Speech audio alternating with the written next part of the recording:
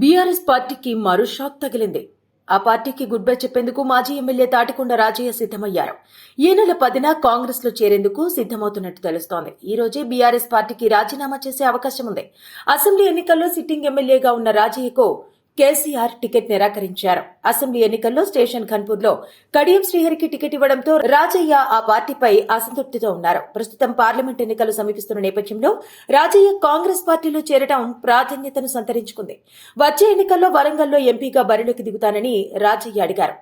ఈ క్రమంలో BRS party స్పందించకపోవడంతో ఈ నిర్ణయానికి వచ్చినట్టు సమాచారం. ఇప్పటికే మంత్రి పొంగులేటి శ్రీనివాస్ రెడ్డితో చర్చలు జరిపారు రాజయ్య. సీఎం రేవంత్ రెడ్డి సమక్షంలో ఆయన కాంగ్రెస్ లో చేరే అవకాశం ఉంది. ఇప్పటికే 5 బీఆర్ఎస్ ఎమ్మెల్యేలు రేవంత్ రెడ్డిని కలవడం రాష్ట్ర రాజకీయాల్లో వేడిని పెంచింది.